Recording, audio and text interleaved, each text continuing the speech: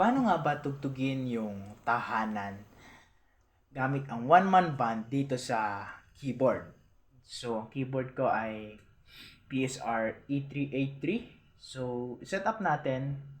Una, i-set up natin yung ating drums ng ganito yung tempo.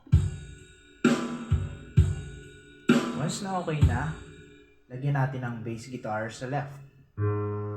Wait.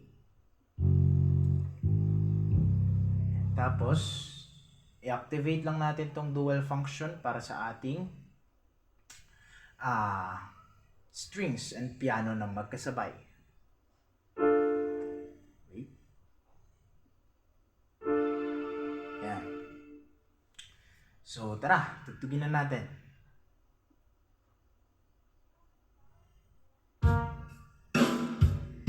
Nagsimula ang lahat sa isang